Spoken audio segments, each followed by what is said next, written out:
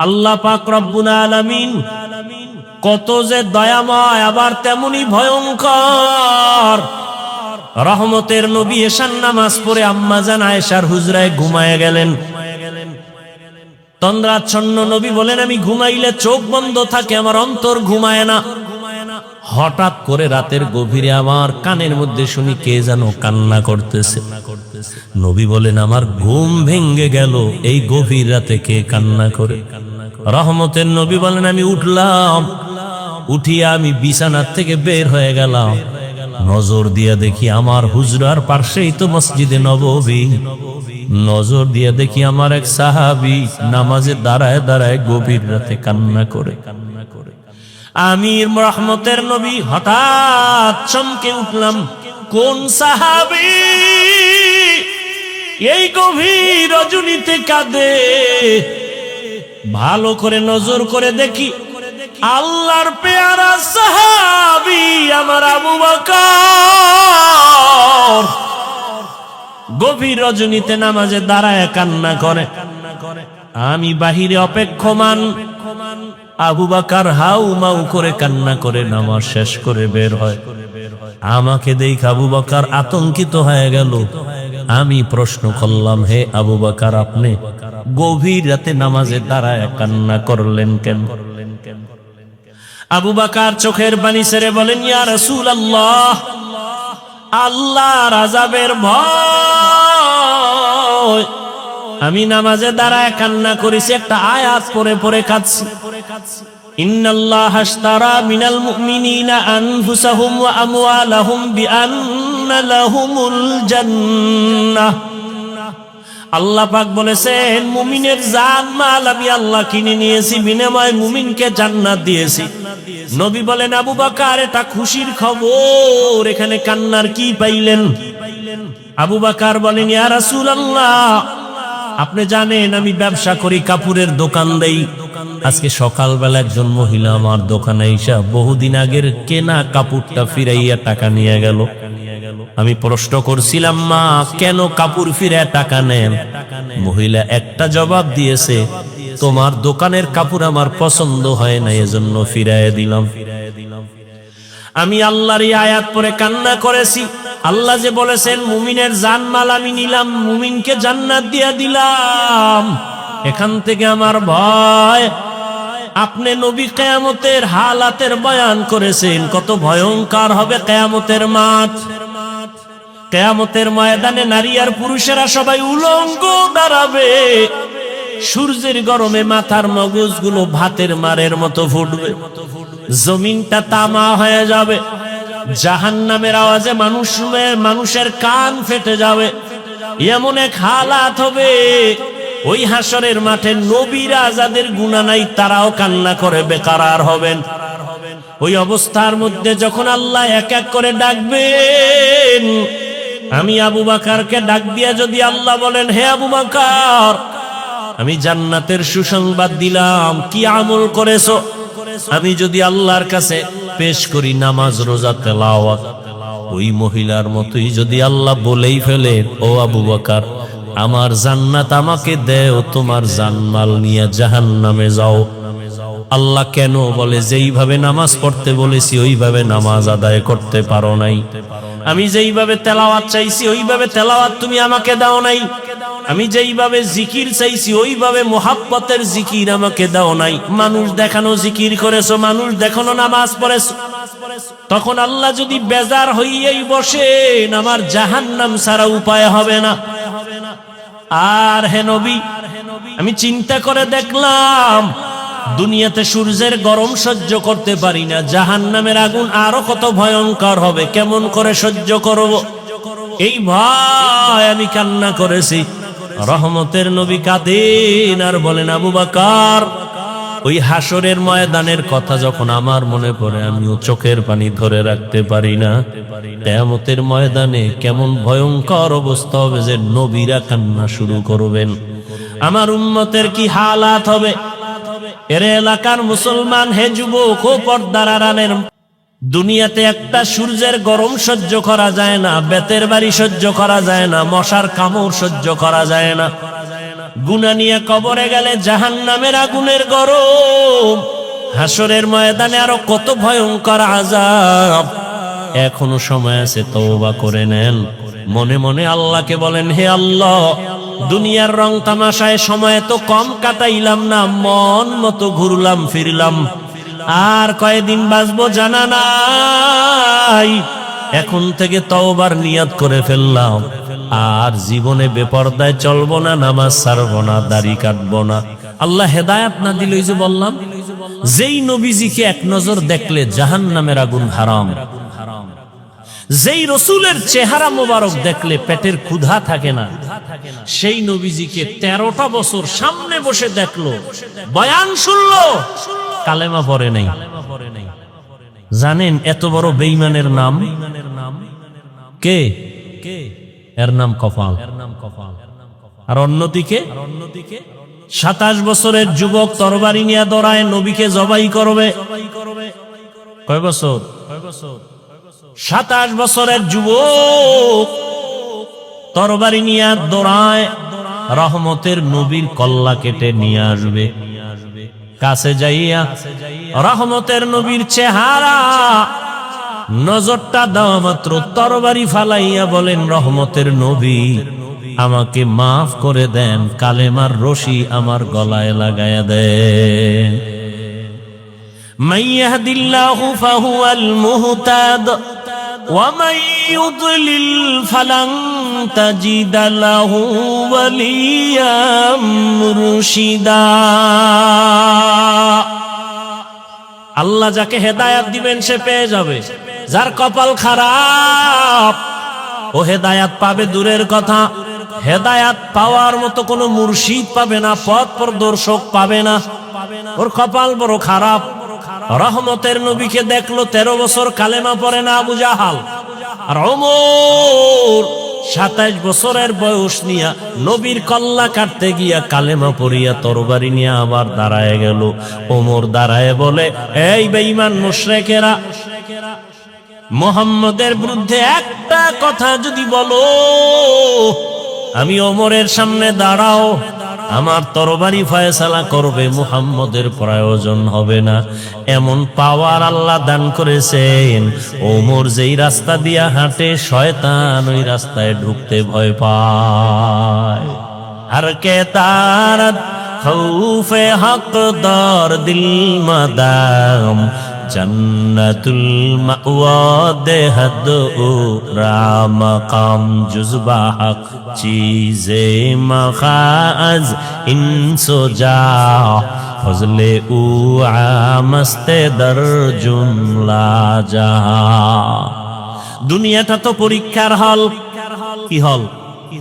আল্লাযী খালাকাল মাউতা ওয়াল হায়াতা লিয়াবলুয়াকুম আইয়ুকুম আহসানু আমালা ওয়া হুয়াল আজিজুল গফুর।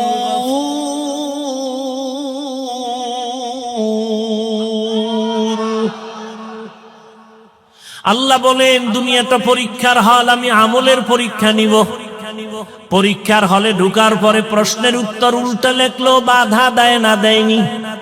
দেয়। ভালো লাগবে তাকেও কোনো আলাদা ছাড় দেয় না। দুনিয়াটা পরীক্ষার হল। পরীক্ষার হল মানে স্বাধীনতা। প্রশ্নের উত্তর ভালো লেখো, বাধা নাই, উল্টা লেখো, নিষেধ নাই। কেন পরীক্ষার হল? ফলাফলের বেলায় অনুভব করবা তুমি পাস করছো না ফেল করছো, তুমি পুরস্কার পাইবা না তিরস্কৃত হবা। পরীক্ষার হল দুনিয়াটা। এখানে কেউ নামাজ পড়বে, কেউ পড়বে না। যে পড়বে না আল্লাহ তাকে বাধাও দিবেন না, যে পড়বে আল্লাহ তাকে নিষেধও করবেন না। দুনিয়াটা পরীক্ষার হল। এখানে কেউ দাড়ি রাখবে, কেউ দাড়ি রাখবে না। যে দাড়ি রাখবে না আল্লাহ তাকে নিষেধ করেন না, বাধাও দেন না। যে দাড়ি রাখবে আল্লাহ তাকে নিষেধও করবেন না। যে দাড়ি রাখে না সেও যেই আসমানের সূর্যের আলো ভোগ করবে, যে দাড়ি রাখবে সে একই সূর্যের আলো ভোগ করবে। দাড়িওয়ালা মুমিন যেই গাছের ফল খাওয়ার স্বাধীনতা পায়, যে মুমিন না সেও ওই ফল খাওয়ার স্বাধীনতা আছে। কেন? বলে পরীক্ষার হল, বাধা দেওয়ার জায়গা না, সবাই স্বাধীন। ফলাফলের বেলায় দেখা যাবে তুমি জান্নাতি না জাহান্নামী। ফলাফলের বেলায় টের পাইবা কে পুরস্কার পাইবা কে তিরস্কৃত হইবা। পরীক্ষার হল, মন্দিরেরও দরজা খোলা, মসজিদেরও দরজা খোলা। মন্দিরে ঢুকো বাধা নাই, মসজিদে ঢুকো নিষেধ নাই। পরীক্ষার হল। গানের বাজনা মাইক চলে, গানের প্যান্ডেল চলে, মেলার আওয়াজ চলে, নাচ গানের মাইক চলে, ওয়াজেরও মাইক চলে। এটাই তোমার পরীক্ষার হল। তুমি গানের প্যান্ডেলে ঢুকবা নাকি তুমি কোরআনের প্যান্ডেলে ঢুকবা? পরীক্ষার হল। তোমাকে স্বাধীনতা দেওয়া হয়েছে, তুমি চাইলে প্যান্ডেল গানেরটায় ঢুকতে পারো, তোমাকে বাধা দেয়া হবে না। তুমি কোরআনের বাগানে ঢুকো, তোমাকে নিষেধ করা হবে না। আসিলে স্বাগত পাবে, হেথা পাবে ঠাই। নীরবে আসন নিবা, কোনো বাধা নাই। কিন্তু ফলাফলের বেলায় রেডি থাকো, ফলাফলের বেলায় তৈরি হও। ইয়া আইয়ুহাল্লাযীনা আমানুত্তাকুল্লাহ ওয়াল তানজুর নাফসুম মা কদ্দামাত লিগাদ ওয়াত্তাকুল্লাহ ইন্নাল্লাহা খাবীরুম বিমা তা'মালুন।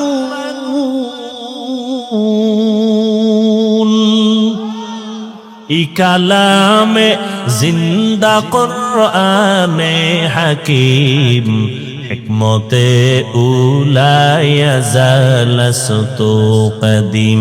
জামিউল ইলম ফিল কুরআনে হাকীম, তাকাসারাত আনহু আফহামুর রিজালি।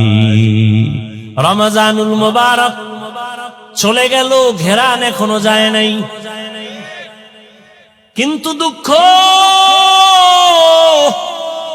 মুসলমানের সন্তান রাস্তাঘাটে স্বাধীনভাবে চলে আর গান বাজায় আর বলে, হাজার বছরের মনে হয় যেন এবার ঈদের আনন্দ করেছি। আর একটু যদি ভালো হইতো, ওপেন মেয়ে দিয়া রাস্তাঘাটে অবাধে জেনা করতে পারতো, তাহলে মনে হয় আরো আনন্দিত হইতো।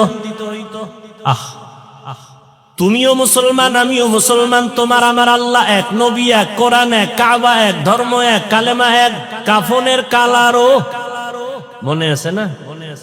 মহিলাদের 5 কাফন, পুরুষের কয় কাফন? 3টা, সব এক। কবরের সাইজও নাকি আপনাদের এলাকার কবর 1 হাত বড়? সব কবরের সাইজ। কবরে রাখার পরে প্রশ্ন হবে কয়টা? তাও আমাকে যেই প্রশ্ন, আপনাকে একই প্রশ্ন। বাবার প্রশ্ন, ছেলে মেয়ের প্রশ্ন এক। শিক্ষকের যেই প্রশ্ন, ছাত্রকে একই প্রশ্ন। মুমিনকে যেই প্রশ্ন, বেঈমানকে সেই একই প্রশ্ন। রবের পরিচয় দাও, ধর্মের পরিচয় দাও, রাহমাতুল লিল আলামিনের পরিচয় দাও। কবরের প্রশ্নটাও এক। তাহলে আপনার আমার আল্লাহ এক, নবী এক, কোরআন এক, কাবা এক, ধর্ম এক, কালেমা এক, কবর এক, কাফন এক, প্রশ্ন এক। পোশাকটা কেন আলাদা? পোশাক কেন আপনার নবীর তরিকায় নাই? কেমন মুসলমান আপনি যে আমি টুপি খুলতে চাই না, লজ্জা। আর আপনি কেমন ভিআইপি মুসলমান যে টুপি দিতে চান না, লজ্জা। আমি দাড়ি কাটতে চাই না, লজ্জা। আপনি কেমন মুসলমান যে দাড়ি রাখতে চান না, লজ্জা। আমি দাড়ির ওয়াজ করলে আপনার কষ্ট লাগে। সেদিন এক জায়গায় গেলাম, কয় হুজুর আপনাকে ওয়াজে আসতে অনেকে বাধা দিছে কেন? আপনি দাড়ির ওয়াজ বেশি করেন। আমি বললাম 3-4 বছর ধরে তুই ওয়াজই বাদ দিয়ে দিলাম। দাড়ির ওয়াজ কঠিন ওয়াজ তো হাদিসে আছে, এত কথা তো বলি না। যারা দাড়ি ছোট করে রাখে, যারা পুরা ক্লিন করে, দোনো দলের গুনাহ সমান। দোনো দলের গুনাহ সমান। কবিরা গুনাহ কত টাইম? বলে 24 ঘন্টা ঘুমায় থাকলেও গুনাহ। বাইতুল্লাহর গিলাফ ধরে যদি কয় লাব্বাইক লাব্বাইক, দাড়ি কাটার গুনাহ লেখা বন্ধ নাই, অল টাইম কবিরা গুনাহ, কবিরা গুনাহ, কবিরা গুনাহ, কবিরা গুনাহ। তওবার সুইচ না দিলে ওই গুনাহ লেখা বন্ধ হবে না। আল্লাহ হেদায়েত দান করুন। আমি মসজিদে না ঢুকলে লজ্জা পাই, আপনার ঢুকতে গেলে লজ্জা হয়। আমি পর্দা না করলে লজ্জা পাই, আপনি পর্দা করতে গেলে লজ্জা পান। আপনি ভিআইপি মুসলমান। আল্লাহ হেদায়েত দান করুন। এত বয়ান, এত বয়ান, এত বয়ান, রোজার মাসটা না যাইতে বয়ান। ওরা তো আরো 3-4 দিন আগে আনছিল। আমি চিন্তা করলাম মাঠে ঢুকার সময় ওরা 3-4 দিন আগে যদি আইতাম তো আরো কত মানুষ। ঈদের সময় কত আনন্দ, শ্বশুর বাড়ি, বেয়াই যাবে বেআইনের বাড়ি, আগের থেকে ওয়াদা দেওয়া, জামা কাপড় সব রেডি করা, সেখানে কত আনন্দ, শালি দুলা ভাইয়ের আনন্দ, সেটা এক অপরিসীম অকল্পনীয় আনন্দ। এ বাদ দিয়ে আইবো হজে 3 দিন আগে আইলে তো পাওয়াই যেত না আল্লাহর বান্দাদেরকে। সব আত্মীয় স্বজনের বাড়ি আনন্দ মিছিল আছে। আজকে কিছু হয়েছে, কেমনে কেমনে আইছে আল্লাহ ভালো জানে। আল্লাহ সবাইকে হেদায়াত দান করুন। ভাই মনে তো ভাবি আমরা বড় কামিয়াব হয়ে গেছি, কঠিন, বড় কঠিন। আপনি একটু চিন্তা করেন, আপনি চরমনার মুরিদ, তাবলিগলা, দেওবন্দি, সারসিনার মুরিদ, আপনার ছেলে মেয়ের অবস্থা কি একটু খেয়াল করেন তো। আপনি যে নিজেরে মহা বড় মনে করতেছেন, খুব সফল মনে করতেছেন, আপনার মাইয়া ফোলার হিসাব লন তো কি, ওদের হালাত কি, আপনার সংসারের হালাত কি, আপনার ব্যবসার হালাত কি, আপনার ফুল ফ্যামিলির কি অবস্থা, রসুলের আদর্শ কই, তারা কই। জিন্দেগি মে বন্দেগি তু করনা হে, जिंदगी में बंदगी तू करना है, जिंदगी बे बंदगी शर्मिंदा है, जिंदगी बे बंदगी शर्मिंदा है। यहाँ हम सब मुसाफिर दिल ना लगा, अहले दिल की नजर से रूह करता जा, यहाँ हम सब मुसाफिर दिल ना लगा, अहले दिल की नजर से रूह करता जा, शाह दौलत सब फकीर गर नेक ने है, शाह दौलत सब फकीर गर नेक ने है, जिंदगी में बंदगी तू करना है,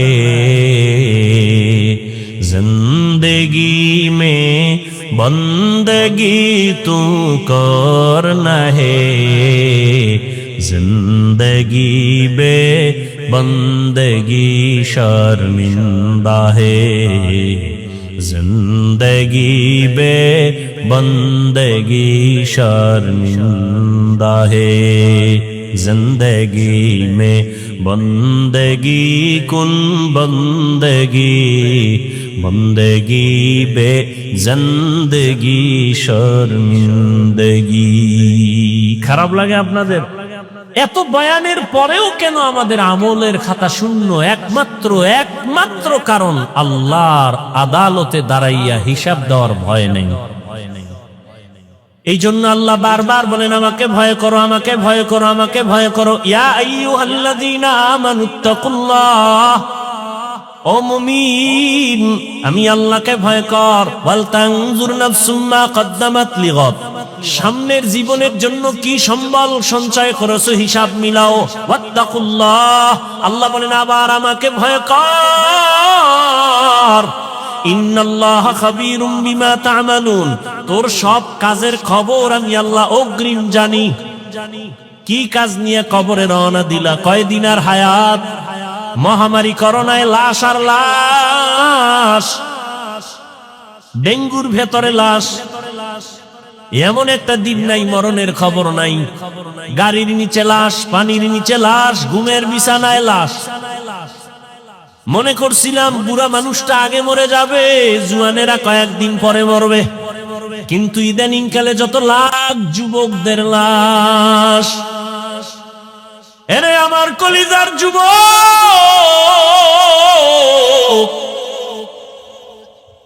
যৌবনটারে কোন কাজে ব্যয় করেছো? আল্লাহর আদালত থেকে পালাবার উপায় নাই। কয়দিন আর বাহাদুরি করবা? এমন জীবন গড়িয়া কবরে যাও যে দুনিয়ার সবাই তোমার মরণে কান্না করবে, দোয়া করবে। আকাম কইরা মোবাইল চালাইয়া চেহারাটারে নষ্ট করে ফেলেছ। চেহারার দিয়ে তাকাইলে মায়া লাগে না, অথচ যুবকের 40 বছর পর্যন্ত চেহারা নষ্ট হবে না, কোনো ক্রিম লাগবে না, মেডিসিন লাগবে না। ও যুবক, বলো তোমার 40 বছরের আগে চেহারা কেন নষ্ট? তোমার চেহারার মধ্যে কেন নূর নাই, কোনো আলো নাই? তোমার চেহারা দিয়ে তাকাইলে মায়া লাগে না কেন? তোমার চেহারা যেমন কুৎসিত হয়ে গেছে, ঠিক এই মোবাইলের দিয়ে তাকায় থাকার কারণে চোখের পাওয়ার যাইতেছে, তোমার খবর নাই। কিডনি দুর্বল হচ্ছে, খবর নাই। হার্ট দুর্বল হচ্ছে, খবর নাই। মোবাইলের কারণে লেখাপড়া শেষ, তোমার খবর নাই। মোবাইলের কারণে তোমার চরিত্র ধ্বংস, খবর নাই। বিয়ে টিয়া করিস না জীবনে, বউয়ের হক আদায় করতে পারবি না, সেখান থেকে আবার অভিশাপ আসতে থাকবে। রাগ করিস না, যেগুলো দরকারি এটি বলতেছি। রাগ করো কেন? অন্যায় করছো, অনুতপ্ত হও, তওবা করো। স্ত্রীর হক আদায় না করলে সেখানে তুমি আসামি। সন্তানের হক আদায় করতে না পারলে তুমি আসামি। আমি তো সারা দেশে বলি, বহু বুজুর্গ, বহু আল্লাহওয়ালা, বহু পাগড়িওয়ালা, বহু জিকিরওয়ালারা কিয়ামতের দিন জিকির করিয়াও জাহান্নামে যাবে সন্তানের হক আদায় না করার কারণে। মাঝে মাঝে বলি, ওই তাবলীগওয়ালা, ওই পীরের মুরিদ, ও মক্কার হাজী, তোমার ইমানের পাওয়ার কত? টের পাওয়া যাবে মাইয়া বলার বিবাহের সময়। হাজী সাহেবের ইমানের পার্সেন্ট কত? কয় টের পাওয়া যাবে মাইয়া বলার বিয়ার সময়। উপরে উপরে বলে কিচ্ছু চাই না, ভেতরে ভেতরে বলে এটা দিল না কেন? এটা কি মানবতা হলো? এটা দিল না কেন, সেটা দিল না কেন? গায়ে হলুদ ছাড়া বিয়া হয় না হাজী সাহেব। তুমি কিসের পীরের মুরিদ, কিসের তাবলীগওয়ালা? গায়ে হলুদ হারাম, তোমার ঘরে কেন চলে? ডেক্সেট চলে, বিবাহের অনুষ্ঠানে গান চলে, কল্পনাই করা যায় না। বিধর্মীদের যে আড্ডা, এর থেকে বেশি চলে মুসলমানের ঘরে। হাজী সাহেব ভিআইপি প্যাকেজের হাজী, হ্যাঁ গিয়ে লাইভ দেয়, লাইভ বয় হয়ে গেছে, লাইভ বয়। ফেরাউনের বাথরুমের সামনে গিয়া কয়, তোমরা জানোনি আমি এখন কোথায় আছি? তোমরা সবাই থাকো, আমি মক্কা নগরীর ফেরাউনের বাথরুমের সামনে আসছি হাজী হওয়ার জন্য। লাইভে থাকো, আমি ভিতরে গিয়েও লাইভ দিব। কিতনা বড় বেহায়া বেলাজা! রসুলের রওজায় গেলে মানুষ কান্না করে বেহুশ, কিন্তু কত নিমক হারামরা ওখানে গিয়া মোবাইলে লাইভ দেয়, কান্নাকাটি নিজেরটাও নাই, অন্যের কান্নাও বন্ধ করে দেয়। হজ করতে গেছে, আল্লাহ হেদায়াত দান করুন। আলহাজ না বললে মেজাজ গরম হয়ে যায়, কেমন আজি? রসুলের সহি হাদিস বলার সময় নেই। কিয়ামতের দিন নিরেট আলেম জাহান্নামের হ্যান্ডকাপ লাগাই দিবে আল্লাহ। নিরেট ওনার আলেম হওয়াতে ভেজাল ছিল না। দুনিয়ার সব মানুষ বলবে ভালো আলেম, কিয়ামতে আল্লাহ বলবে রে জাহান্নামের হ্যান্ডকাপ লাগা ধর। দুনিয়ার সব মানুষ বলে পিওর শহীদ, আল্লাহ কিয়ামতের ময়দানে বলবে শহীদ আয়, জাহান্নামের হ্যান্ডকাপ লাগায় জাহান্নামে নিয়ে যাও। কারণ শহীদ হইছে মানুষ তাকে বীর যোদ্ধা বলবে এই সুনামের জন্য।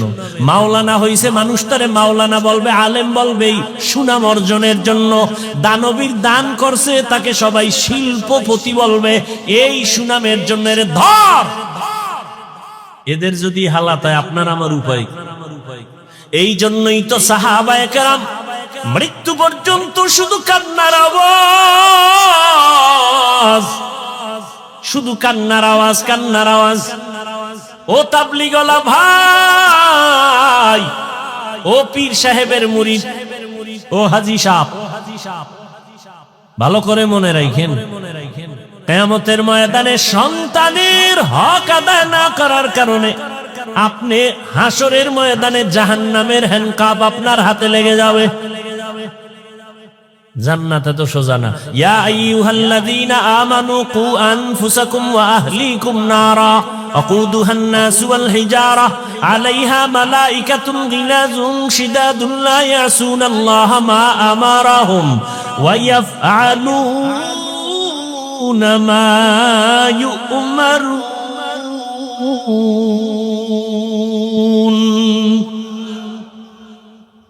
জাহান্নাম থেকে আগে নিজেকে বাঁচাও, তোমার আহালকে বাঁচাও।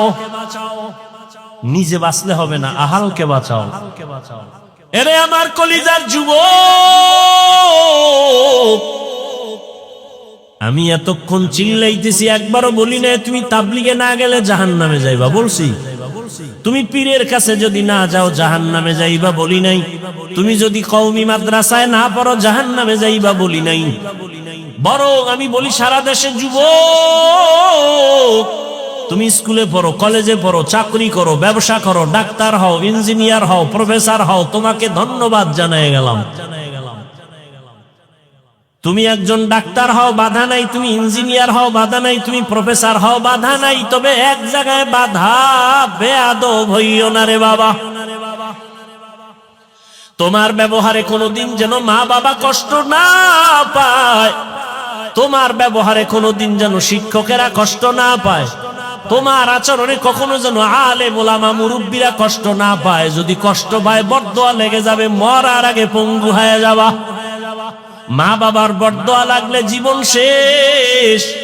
শিক্ষকের বরদোয়া যদি কপালে লাগে লেখাপড়া ধ্বংস। আলেম ওলামার বরদোয়া লাগবে তো তোর চরিত্র ধ্বংস। স্কুলে পড়ো, ডাক্তার হও, তবে আদওয়ালা ডাক্তার হও, আদর্শবান ডাক্তার হও। মা বাবার দোয়া, শিক্ষকের দোয়া, উলামায়ে কেরামের দোয়া নিয়ে আগাও। জীবনটা ফুলের মতো হয়ে যাবে।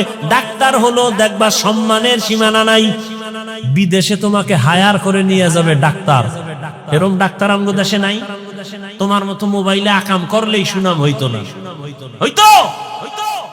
আল্লাহ হেদায়েত দান করুন। জীবনে কি অর্জন করলাম? মা বাবার সাথে বেয়াদবি, শিক্ষকের সাথে বেয়াদবি, আলেমদের সাথে বেয়াদবি, বন্ধুদের সাথে বেয়াদবি। মনে হয় তুই মইরে গেলে সবাই খুশি, এমন একটা জীবন কামাই করলি যে মরলেই মা বাপ খুশি, যে একটা বালা গেছি গা। চরিত্র এত খারাপ যে মইরে গেলে মা বাপ খুশি। কেমন পোড়া কপাল তোমার!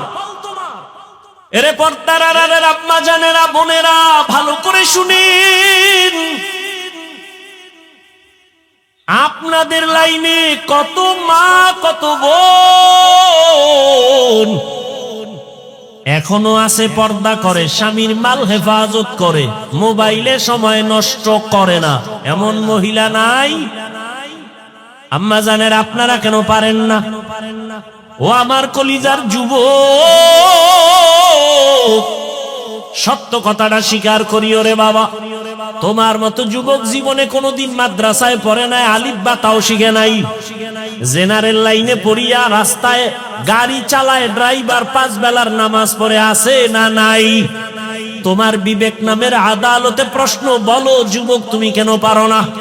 তোমার মতো যুবক স্কুল কলেজে পড়ে, লেখাপড়া করে, 5 ওয়াক্ত নামাজও পড়ে এমন ছেলে নাই? তুমি কেন পারো না রে বাবা? তোমার মতো যুবক সন্তান নদীর মধ্যে মাছ ধরে, নামাজ ছাড়ে না, বলো তুমি কেন পারো না? তোমার মতো যুবক জেনারেল লাইনে থাকিয়া র‍্যাব, আর্মি, পুলিশ, বিডিআর এর চাকরি করে, ওসি, ডিসি, এসপি, 5 ওয়াক্ত নামাজি আছে, বলো তোমার বিবেকের কাছে প্রশ্ন, তুমি কেন পারো না? না পারার পেছনে শুধু তুমি দায়ী না, তোমার মা বাবাও বড় দায়ী। এরে আব্বা জান ও আম্মা জান, আপনাদের কপাল কত ধন্য। আল্লাহ আপনাদের সন্তান দান করেছেন। কত মা বাবা কান্না করে, তদবির নেয়, বিয়ে করছে, 10-12 বছর হইছে, সন্তান হয় না। এরম নাই? আর আল্লাহ আপনাদের সন্তান দান করেছেন। এই যে আমার কলিজার টুকরা মাহমুদ, মাসুম, দুইটা ছাত্র, আমার ছাত্র, গর্ব। ওর বাবা আলেম, এই যারা চিনেন বলেন বাবা আলেম। গোবরে পদ্ম ফুল ফুটে, হ্যাঁ। আমার বাবা আলেম না, আমার বাবার কথা বলছি। আমার বাবাও তো আলেম না, আমার দাদা ছিল আমগো গ্রাম্য ভাষায় কয় বয়াতি। কি গাতি? বয়াতি। দাদা কণ্ঠ দিয়া টান মারলে এলাকার সব নারী পুরুষ এক জায়গায় হয়ে যায়। যেই কণ্ঠ, আমার বাবার কণ্ঠ সুন্দর, চাচার কণ্ঠ ছোটবেলা কবিতা পড়তো শুনতাম, দুপুরে খাইয়া শুয়েই কবিতায় টান মারতো। যে দাদার বাবার একটা টান। চরমনায় জমিনে ঘুমন্ত সৈয়দ ইসহাক রহমাতুল্লাহ আলাইহির হাতে গড়া কলিজার টুকরা কেওড়া বুনিয়ার পীর আব্দুর রশিদ রহমাতুল্লাহ আলাই, তার নেক নজর লাগছে, সোয়া লাগছে তো দিনের আলো কলিজায় ঢুকে গেছে। আমার বাবা আলেম যদিও হতে পারেন নাই, কিন্তু তিনটা সন্তানকে আলেমের রাস্তায় নিয়ে আসছেন। এটা কি চরমনাই কেওড়া বুনিয়ার অবদান না? তোমাকে অ্যালার্জি কেন? এই চরমনাইয়ের সোহবতে থাকার কারণে হাজারো সন্তান, বাবা দুনিয়াদার, সন্তান দিনের পথে আসছে। মিথ্যা। আল্লাহ কারে দিয়ে হেদায়েতের দরজা খুলবে বলা যায় না। নিজের চিন্তা করো, আর একজনের উপর আঙ্গুল তুলো কেন? আল্লাহ হেদায়েত দান করুন। এরে নবীর উম্মত, ওরে পর্দার আড়ালের আম্মা জান, আপনার জীবনটা কতই যে ধন্য। আপনারা নবীদের মায়ের মতো দামি মা, জমিনে কোন মা নবী না, তবে সব নবীদের মা আপনাদের মতোই মা। সাহাবায়ে কেরামদের মায়ের মতো আপনারা মা। হাফেজে কোরআন এখানে 4টা না 5 জন সন্তান, 4 জনের মাথায় পাগড়ি দিলাম, কোরআনওয়ালা হাফেজ হয়ে গেছে। এদের সিনার ভেতরে 30 পারা কোরআন আল্লাহ মুখস্থ করায় রেখেছেন। এদের মা, এদের বাবা কত ধন্য। আজ গলাচিপার এই মাঠের ভেতরে হাজারো হাজারো আল্লাহর প্রিয় বান্দাদের সামনে তাদের মাথায় পাগড়ি কেন? বলে তারা কোরআনের হাফেজ হয়েছে। খবর নিয়ে তাকাইয়া দেখো, আজ ওদের মা বাবার ঈদের মতো আনন্দ। মহিলা সবার কাছে বলে, জাননি আমার ছেলে আজ পাগড়ি নিয়েছে, কোরআনের হাফেজ হয়েছে। বাবাই সবার কাছে আনন্দ করে, আমার ছেলে আজ হাফেজে কোরআন। এরে আম্মা জানেরা, আপনাদের জীবনটা তো ধন্য। আপনারা খাদিজা রাদিয়াল্লাহু তাআলা আনহার মতোই তো নারী, বড় দামি। আয়েশা রাদিয়াল্লাহু আনহার মতো দামি নারী, ফাতেমা রাদিয়াল্লাহু আনহার মতো দামি নারী। আপনাদের সম্মান কত? কিয়ামতের ময়দানে কোটি কোটি কোটি কোটি মানুষের সামনে আল্লাহ যখন জিজ্ঞাসা করেই ফেলেন, যদি ও হাজারো কোটি মানুষের মাঝে আমি একজন ব্যক্তিকে দেখতে চাই, আমার মুহাম্মদ, আমার প্রিয় নবী, তার হাতে হাত লাগাইয়া প্রথম কালেমাটা কে পড়েছো, ওই ব্যক্তিটাকে আজ আমি হাসরের মাঠে পুরস্কার দিব। দুনিয়ার কোন পুরুষ দাঁড়াতে পারবে না। একজন নারী দাঁড়াইয়া যাবেন, দাঁড়ায় বলবেন, ও দয়ার মালিক, আপনার বন্ধুর হাতে প্রথম কালেমাওয়ালা আমি নারী, একজন খাদিজা রাদিয়াল্লাহু আনহা। আল্লাহ যদি বলে ফেলেন কিয়ামতের ময়দানে, আমার দ্বীন ইসলামের জন্য জীবন দিতে গিয়া প্রথম শহীদ কে হয়েছ? গলা কাটা শহীদ। একজন পুরুষও দাঁড়াতে পারবে না। একজন নারী দাঁড়ায় বলবেন, হে মালিক, আপনার দ্বীন জিন্দা করার জন্য আমি শহীদ হয়ে রক্ত ঝরাইছি, আমি একজন নারী, সুমাইয়া রাদিয়াল্লাহু আনহা। নারীদের সম্মান আল্লাহ এত দিছেন, তোমরা কমানোর জন্য আন্দোলন করো। যারা বলে ইসলাম নারীর অধিকার দেয় নাই, এরা লম্পট, চরিত্রহীন, ইসলামের দুশমন। আল্লাহর কসম একবার, আল্লাহর কসম দুইবার, আল্লাহর কসম তিনবার, ওয়াল্লাহি বিল্লাহি তাল্লাহি, নারীর সম্মান ইসলাম ছাড়া আর কেউ বাড়াতে পারে নাই। সব ধর্ম খুঁজো, সব ধর্মের ভেতরে নারীদের উপরে জুলুম করা হয়েছে, একমাত্র নারীদের সম্মান আর ইজ্জত দিয়েছে ইসলাম, আর কেউ দেয় নাই। এরে আম্মা জানেরা, এত ধন্য মা আপনারা। এই দুনিয়া একজন বড় আল্লাহর দুশমন ফেরাউনের নাম জানেননি? ফেরাউনের স্ত্রীর নাম কি? এত বড় বেঈমান ফিরআউন, তার ঘরে থাইকা আসিয়া আল্লাহর এত পেয়ারা হয়ে গেলেন। রহমতের নবী বলেন, কিয়ামতের দিন আমি মুহাম্মদের সাথে আসিয়ার সাথে বিবাহ হবে। সুবহানাল্লাহ। কেমন ধন্য নারী! এত বড় বেঈমান ফেরাউনের ঘরে থেকে আসিয়া আল্লাহর এত পেয়ারা হয়ে গেলেন। নবী বলেন, কিয়ামতের দিন আসিয়ার সাথে আমি মুহাম্মদের বিবাহ হবে। এরে আম্মা জান, আপনার স্বামী তো ফেরাউনের মতো খারাপ না। আপনার স্বামীকে পারলেন নাকি বুঝাইয়া নামাজি বানাবেন?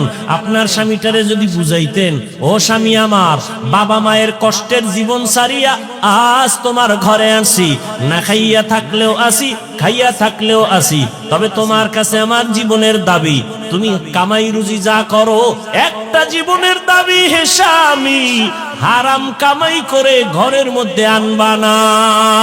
হারাম খাইয়া নিজের রক্ত নাপাক করব না, হারাম খাইয়া সন্তানের রক্ত নাপাক করব না। মা যদি সব স্বামীদের বুঝাইতেন, কোন স্বামী হারাম টাকায় ব্যবসা করত না। আল্লাহর ভয়, তাকওয়া আল্লাহর মহা একটা সম্পদ, যার অন্তরে ঢুকবে সে বিনা হিসাবে জান্নাতি। কার ভয়? আল্লাহর ভয়। ওমরে ফারুক রাদিয়াল্লাহু তাআলা আনহু দিনের বেলা মানুষের বিচার করেন, রাতের বেলা ঘুরে ঘুরে মানুষের কি হালাত গোপনে গোপনে দেখেন। ঘুরতে ঘুরতে ওমর বাগানের ভিতরে ঢুকলেন, পাহাড়ের পাশে দেখে বাতি জ্বলে, রাতের বেলা বাতি জ্বলে। ওমর গিয়া কাছে দাঁড়ায় দেখে একটা ভাঙা ঘর, ঘরের মধ্যে নারীদের আওয়াজ, দুই নারী, একজন মা আর একটা মেয়ে। মা বলে, এই মেয়ে, আগামীকাল গাভীর দুধ বিক্রি করতে নিবি, পানি বেশি দিয়া নিবি। কে কয়? মা কয়, মা মেয়েকে। ওমর কই? ওমর কিন্তু ঘরের পেছনে দূরত্ব বজায় রেখে গোপনে দাঁড়ায় আছে শুনি। মা বলে, ওই কন্যাকে বলে, মা, এই মেয়ে কালকে গাভীর দুধ বিক্রি করতে নিবি, পানি বেশি মিশায় দিবি। মেয়ে কি কয়? মা, ওমর যদি শুনে কল্লা কেটে ফেলবে। মা বলে, ওমর তো শুনবে না। মেয়ে ডাক দিয়ে কয়, মা, ওমর যদিও শুনবে না, তবে ওমরের আল্লাহ তো শুনবেন। ওমর কই? ঘরের পাশে চুপ করে ওমর চলে গেছে। ওমরে ফারুক রাদিয়াল্লাহু তাআলা আনহু চলে গেলেন। পরের দিন আদালতে বৈশা ওই মেয়ে আর মাকে ডাকালেন। ভয়ে কাঁপতেছে, না জানি আজ ফাঁসি হয়। কিন্তু না, হযরত ওমর আদালতে দাইকা সম্মানের সাথে বললেন, ও ধন্য মেয়ের ধন্য মা, এমন একটা ফুটন্ত গোলাপ আপনার ঘরে পেয়েছেন, আপনার জীবনটা বড় ধন্য। আপনার মেয়েটা এত সুযোগ পাইয়াও আল্লাহর ভয় অন্তরে জমা রাখছে। আল্লাহর ভয়, তাকওয়া। আমি আজ আপনাকে ডাকছি, ভয় নাই, ভয় নাই। আপনি যদি খুশি হন, আমি ওমর চাই আপনার মেয়েটাকে আমার ছেলের জন্য বিবাহের বন্ধনে নিব। মা খুশি না বেজার? মা ডাক দিয়া কয়, আলহামদুলিল্লাহ, খলিফাতুল মুসলিমিন ওমর আমার মেয়েকে তার পুত্র বধূ বানাতে চায়, আল্লাহ কবুল করো। ওই মেয়েটাকে ওমর তার ছেলের জন্য নিয়েছেন, বিবাহের বন্ধনে আবদ্ধ করে দিলেন, এবং এই মেয়ের গর্বের ধারায় আছে আর একটা আকাশের ফুটন্ত চাঁদ, ওমর ইবনে আব্দুল আজিজ। এরে আম্মা জানেরা, কয়দিন আর বাহাদুরি, মইরা গেলে কেউ নামও নিবে না। হ্যাঁ, ভালো ছেলে যদি রাইখা যান তাহলে ওই ছেলের কারণে আপনিও দোয়া পাবেন, আর যদি ভালো ছেলে না রাখেন দুনিয়ার কেউ আপনাকে চিনবে না, জানবে না। এরে আম্মা জানেরা, আপনার মতো কত মা এখনো আছে, পর্দা করে, হালাল ভাবে চলে, স্বামীর মাল খেয়ানত করে না, মোবাইলে সময় নষ্ট করে না। আপনি কেন পারবেন না? তওবা করে নেন। ও আমার কলিজার যুবক বাবারা, এখনো সময় আছে, মনটাকে বুঝাইয়া তওবা করো। তোমার মতো যুবক স্কুল কলেজে পড়ে, নামাজি অভাব নাই, তুমি কেন পারবা না? মনে মনে আল্লাহকে ডাকো, হে মালিক, জীবনে মনের চাহিদা পূরণ করতে গিয়া কত দাড়ি কাটলাম, কত নামাজ ছাড়লাম, বেপরদায় চললাম, কত পার্কে পার্কে ঘুরলাম। আজ থেকে তওবা করতে চাই, আর দাড়ি কাটবো না, বেপরদায় চলবো না, মা বাবার সাথে বেয়াদবি করবো না, নবীজির আদর্শ মানিয়া চলবো, ওলামায়ে কেরামের পরামর্শ নিয়ে চলবো, শিক্ষকের দোয়া নিয়ে চলবো। আল্লাহর কাছে খাঁটি মনে যদি তওবা করতে পারো, তুমি ডাক্তার হলেও তোমার জীবনটা ধন্য হয়ে যাবে, ইঞ্জিনিয়ার হলেও তোমার জীবন ধন্য, তুমি প্রফেসর হলেও তোমার জীবনটা বড় ধন্য হবে। ও বৃদ্ধ বাবাজি, আপনার মতো কত বাবারা মসজিদে গিয়া 5 বেলার নামাজ আদায় করে, আপনি কেন পারবেন না? আল্লাহর ধরা বড় কঠিন, আপনি ভুলে গেলে চলবে না। আল্লাহর কাছে এখনো সময় আছে, তওবা করে নেন। আল্লাহ পাক রব্বুল আলামিন কত যে দয়াময়, আবার তেমনি ভয়ঙ্কর। রহমতের নবী এশার নামাজ পড়ে আম্মাজান আয়েশার হুজরায় ঘুমায় গেলেন। তন্দ্রাচ্ছন্ন নবী বলেন, আমি ঘুমাইলে চোখ বন্ধ থাকে, আমার অন্তর ঘুমায় না। হঠাৎ করে রাতের গভীরে আমার কানের মধ্যে শুনি কে যেন কান্না করতেছে। নবী বলেন, আমার ঘুম ভেঙে গেল, এই গভীর রাতে কে কান্না করে? রহমতের নবী বলেন, আমি উঠলাম, উঠিয়া আমি বিছানার থেকে বের হয়ে গেলাম, নজর দিয়া দেখি আমার হুজরার পাশেই তো মসজিদে নববী। নজর দিয়া দেখি আমার এক সাহাবী নামাজে দাঁড়ায় দাঁড়ায় গভীর রাতে কান্না করে। আমি রহমতের নবী হঠাৎ চমকে উঠলাম, কোন সাহাবী এই গভীর রজনীতে কাঁদে? ভালো করে নজর করে দেখি, আল্লাহর পেয়ারা সাহাবী আমার আবু বকর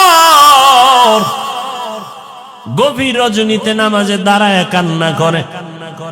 আমি বাহিরে অপেক্ষমান, আবু বকর হাউ মাউ করে কান্না করে নামাজ শেষ করে বের হয়। আমাকে দেখে আবু বকর আতঙ্কিত হয়ে গেল। আমি প্রশ্ন করলাম, হে আবু বকর, আপনি গভীর রাতে নামাজে দাঁড়ায় কান্না করলেন কেন? আবু বকর চোখের পানি ছেড়ে বলেন, ইয়া রাসূলুল্লাহ, আল্লাহর আযাবের ভয় আমি নামাজে দাঁড়ায় কান্না করেছি, একটা আয়াত পড়ে পড়ে কাঁদছি। ইন্নাল্লাহা আশতারা মিনাল মুমিনিনা আনফুসাহুম ওয়া আমওয়ালাহুম বিআন্না লাহুমুল জান্নাহ। আল্লাহ পাক বলেছেন, মুমিনের জান মাল আমি আল্লাহ কিনে নিয়েছি, বিনিময়ে মুমিনকে জান্নাত দিয়েছি।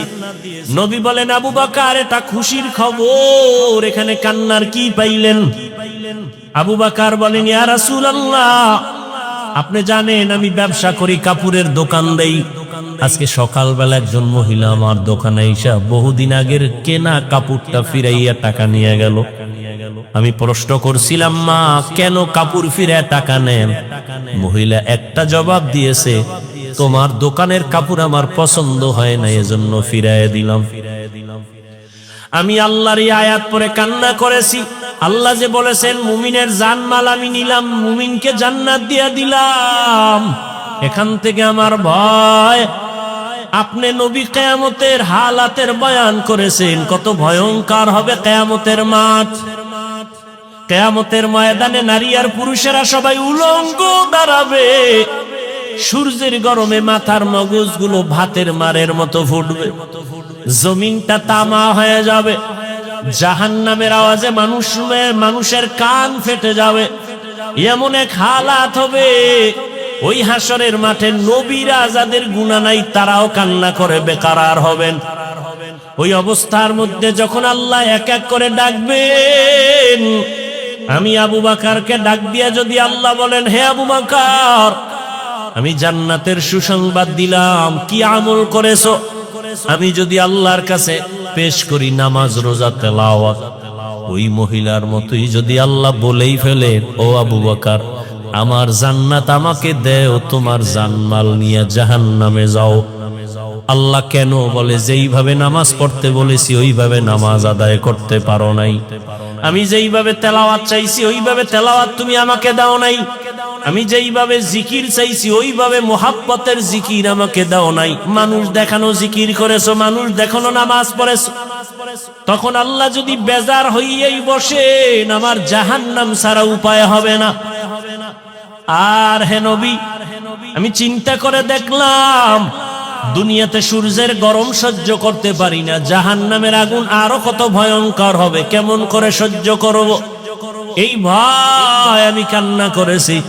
রহমতের নবী কাঁদেন আর বলেন, আবু বকর, ওই হাসরের ময়দানের কথা যখন আমার মনে পড়ে আমিও চোখের পানি ধরে রাখতে পারি না। কিয়ামতের ময়দানে কেমন ভয়ঙ্কর অবস্থা হবে যে নবীরা কান্না শুরু করবেন। আমার উম্মতের কি হালাত হবে? এর এলাকার মুসলমান, হে যুবক ও পর্দার আড়ালের, দুনিয়াতে একটা সূর্যের গরম সহ্য করা যায় না, বেতের বাড়ি সহ্য করা যায় না, মশার কামড় সহ্য করা যায় না। গুনাহ নিয়ে কবরে গেলে জাহান্নামের আগুনের গরম, হাসরের ময়দানে আরো কত ভয়ঙ্কর আযাব। এখনো সময় আছে, তওবা করে নেন। মনে মনে আল্লাহকে বলেন, হে আল্লাহ, দুনিয়ার রং তামাশায় সময় তো কম কাটাইলাম না, মন মতো ঘুরলাম ফিরলাম, আর কয়দিন বাঁচবো জানা নাই। এখন থেকে তওবার নিয়ত করে ফেললাম, আর জীবনে বেপরদায় চলবো না, নামাজ ছাড়বো না, দাড়ি কাটবো না, মা বাবার দোয়া নিয়ে চলবো, শিক্ষকের দোয়া নিয়ে, উলামায়ে কেরামের দোয়া পরামর্শ নিয়ে নবীর আদর্শ মতো চলবো। তওবা করার মতো যদি কারো অন্তর তৈরি হয়, মুনাফিকি যদি অন্তরে না থাকে, খাঁটি তওবার নিয়ত যাদের আছে, দুটো হাত আমার আল্লাহকে দেখাইয়া দাও। আয় আল্লাহ, আমাদের হাতগুলো কবুল করে নেন, আমাদের তওবা কবুল করে নেন। আয় আল্লাহ, মরণ পর্যন্ত তওবার উপরে মজবুত হইয়া চলার মতো তৌফিক দান করেন, আমিন। আলহামদুলিল্লাহি রাব্বিল আলামিন, ওয়াসসালাতু ওয়াসসালামু আলা সাইয়্যিদিল আমবিয়াই ওয়াল মুরসালিন ওয়া আলা আলিহি ওয়া আসহাবিহি আজমাইন। ইয়া আরহামার রাহিমিন, ইয়া আরহামার রাহিমিন, ইয়া আরহামার রাহিমিন। اللهم ارحمني بترك المعاصي، اللهم ارحمني بترك المعاصي، اللهم ارحمني بترك المعاصي. اللهم إنا نسألك رضاك والجنة ونعوذ بك من سخطك وغضبك والنار. اللهم إنا نعوذ بك من البرص والجنون والجذام وسيء الأسقام. ربنا ظلمنا أنفسنا وإن لم تغفر لنا وترحمنا لنكونن من الخاسرين. ربنا لا تزغ قلوبنا بعد إذ هديتنا وهب لنا من لدنك رحمة إنك أنت الوهاب. ربنا هب لنا من أزواجنا وذريتنا قرة أعين واجعلنا للمتقين إماما. ربنا آتنا في الدنيا حسنة وفي الآخرة حسنة وقنا عذاب النار ও দয়ার মালিক কুদরতের নজর দিয়ে দেখেন খোলা আকাশের নিচে এই ময়দানে আপনার গোলাম কত উলামায়ে কেরাম, কত হাজী সাহেব, কত মুরব্বী, ব্যবসায়ী, চাকরিজীবী, পর্দার আড়ালে কত মা বোনেরা, কত যুবক, কত ছাত্র ভাইরা হাত তুলেছেন। আয় আল্লাহ, আমরা সবাই জাহান্নামের আসামি, অসহায়। ও আল্লাহ, দুনিয়াতে যেদিন আসছিলাম কত পবিত্র মা বাবা, কত আনন্দ করেছিলেন। আজ ওই পবিত্র জীবন গুনার কারণে নাপাক, গুনাহের কারণে আমার হাত নাপাক, আমার চোখ নাপাক, আমার অন্তর নাপাক, আমার জিহ্বা নাপাক। আল্লাহ, এই মজলিসে মনে হয় আমার মতো গুনাহগার কেউ নাই। গুনাহের কারণে দিলটা পাথর, চোখে পানিও নাই। কান্নাওয়ালা চক্ষু দান করেন আল্লাহ, কান্নাওয়ালা চক্ষু দান করেন আল্লাহ, কান্নাওয়ালা চক্ষু দান করেন আল্লাহ। ফিলিস্তিনের জমিনে কান্নার আওয়াজ, মায়ের সামনে সন্তানকে জবাই করা হয়, সন্তানের সামনে মাকে ধর্ষণ করা হয়। ও আল্লাহ, কষ্ট সহ্য করা যায় না রে মালিক। আমাদের গুনার কারণে আপনি বুঝি রাগ করেছেন। আয় আল্লাহ, আমরা তো আপনার আদরের নবীর উম্মত, আমাদের গুনার কারণে আপনি রাগ করিয়েন না রে আল্লাহ। নবীজির মোহাব্বতে আমাদের মাফ করে দেন। ফিলিস্তিনের জমিনে কান্নার আওয়াজ বন্ধ করে দেন আল্লাহ। মুসলমানের উপরে চাদর বিছায়া দেন আল্লাহ। রহমতের দরজা খুলে দেন, জালেমদের ধ্বংস করে দেন আল্লাহ, জালেমদের ধ্বংস করে দেন আল্লাহ, জালেমদের ধ্বংস করে দেন আল্লাহ। আয় আল্লাহ, সারা দুনিয়ার মুসলমানের ঈমান আমল হেফাজত করেন, বাতিলের মোকাবেলায় বিজয় দান করেন আল্লাহ। বাংলাদেশ শান্তির দেশ বানায় দেন, জুলুম থেকে দেশ ও জাতিকে হেফাজত করেন।